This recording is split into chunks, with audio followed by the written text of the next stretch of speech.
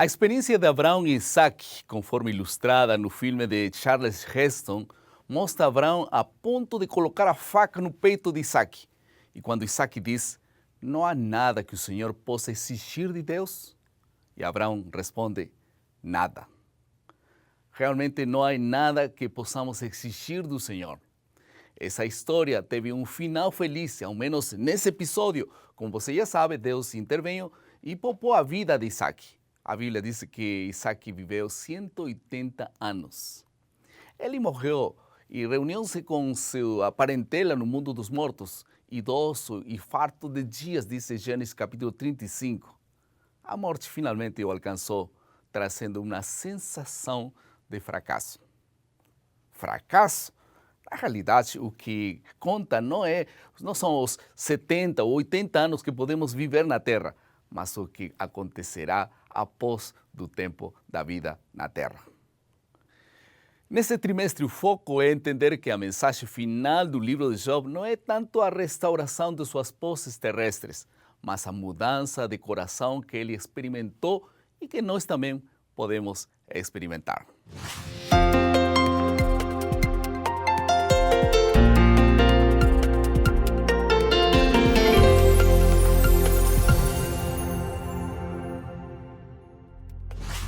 Sejam bem-vindos ao esboço da lição de Escola Sabatina. Estamos iniciando um novo trimestre, uma nova lição, e o título geral é o livro de Job.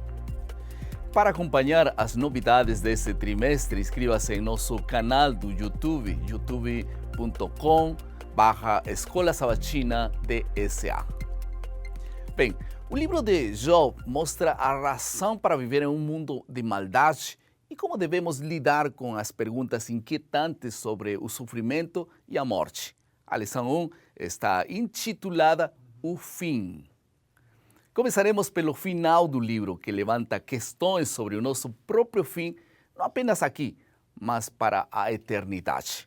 E para isso, nos concentraremos em dois assuntos pontuais. Primeiro, restauração parcial e, em segundo lugar, restauração total. Vamos começar pela primeira, restauração parcial. Todo mundo conhece a terrível experiência do sofrimento de Job. Mas no final do livro, há declarações como esta, por exemplo. Mudou o Senhor a sorte de Job, assim abençoou o Senhor o último estado de Job mais do que o primeiro. Muito interessante esta declaração. Nesse último estado, Job tinha o dobro do que teve no início. Compare, por exemplo, com Job 42:12 e Job 1:3. Em segundo lugar, ele teve mais 10 filhos, 7 homens e 3 mulheres. E tudo isso para substituir os 7 filhos e 3 filhas que morreram. Em terceiro lugar, além disso, a Bíblia diz que em toda a terra não se acharam mulheres tão formosas como as filhas de Job.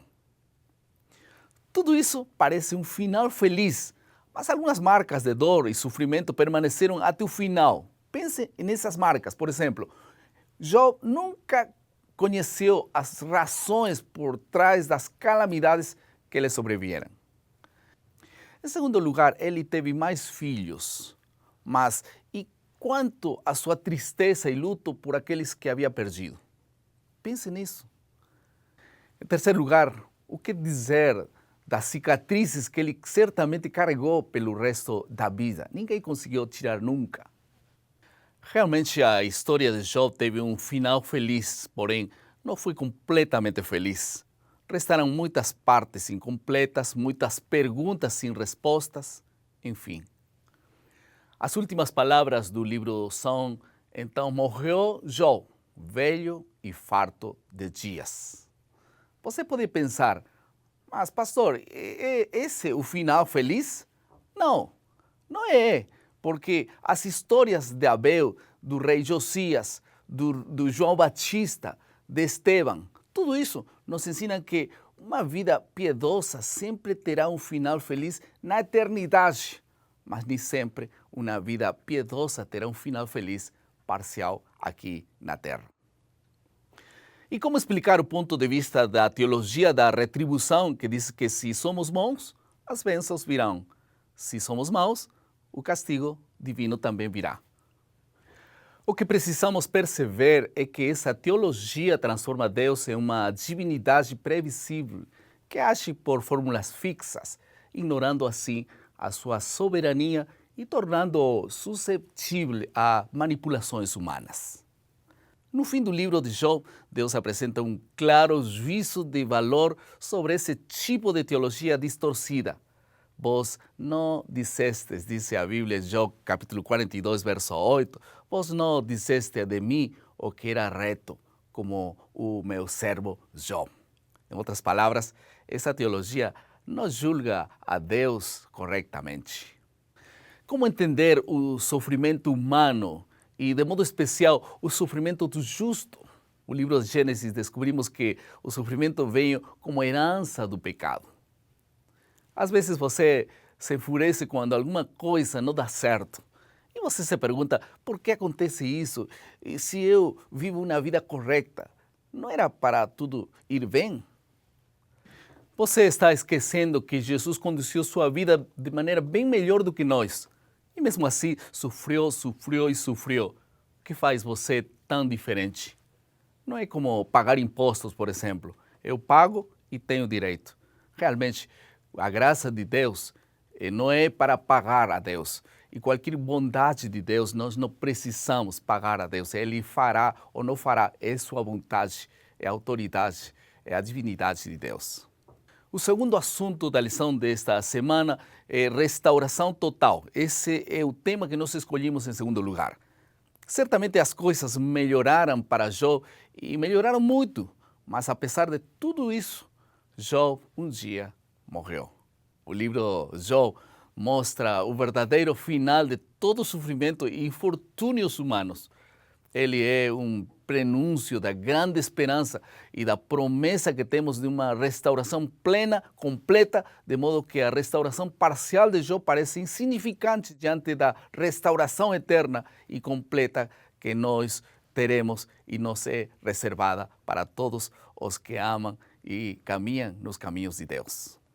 O patriarca Jó declarou no livro de Jó, capítulo 19, verso 25, vale a pena ler esse texto, que é um texto chave, porque eu sei que o meu Redentor vive e, por fim, se levantará sobre a terra. Essa é nossa esperança, esse é o verdadeiro final feliz. Paul de Chartres escreveu a seguinte frase: se Deus dava aos homens a intensa sensação de vaidade do mundo presente, é que lhes queria reservar outro mundo, e se os convidava a medir a pequenez das alegrias terrestres, é que lhes preparava outras bem maiores. A boa notícia para nós e para Jó é que o fim de seu livro não é o fim de sua história.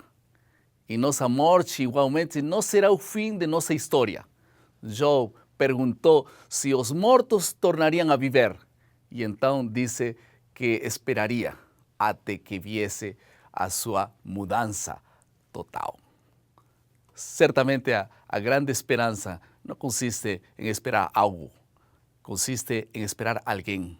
E esse alguém é Jesus, o autor da vida e doador da vida eterna.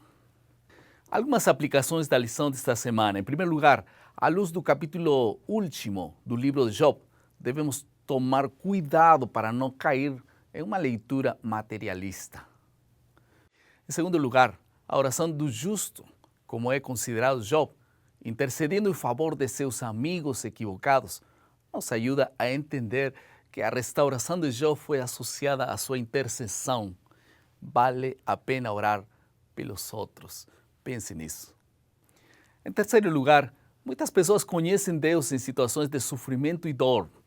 Isso se torna uma oportunidade preciosa para reconhecer a vida finita e limitada do ser humano e a vida eterna, ilimitada de Deus. E esta é a vida que Deus oferece. Na parte final de nosso esboço, a tarefa para casa, a criatividade, há uma pergunta. Como podemos ajudar outras pessoas em seus episódios de final infeliz? Sem dúvida, mostrando o verdadeiro final feliz que Deus oferece. Esse é o verdadeiro propósito da igreja. Esse é o verdadeiro propósito de cada pessoa que nasce no reino de Deus. Mostrar a verdadeira natureza do reino de Deus, que é a transformação total da criatura e a vida eterna com Deus. Você quer ser o porta-voz dessa mensagem nessa semana? Deus te abençoe. Ser uma luz para muitos corações sem esperança. Hemos chegado ao final de nosso esboço e queremos pedir a Deus que possa ajudar-te a aplicar essas lições. E como o nosso lema diz, maná, cada dia, cada manhã é alimento para a vida. Que Deus te abençoe.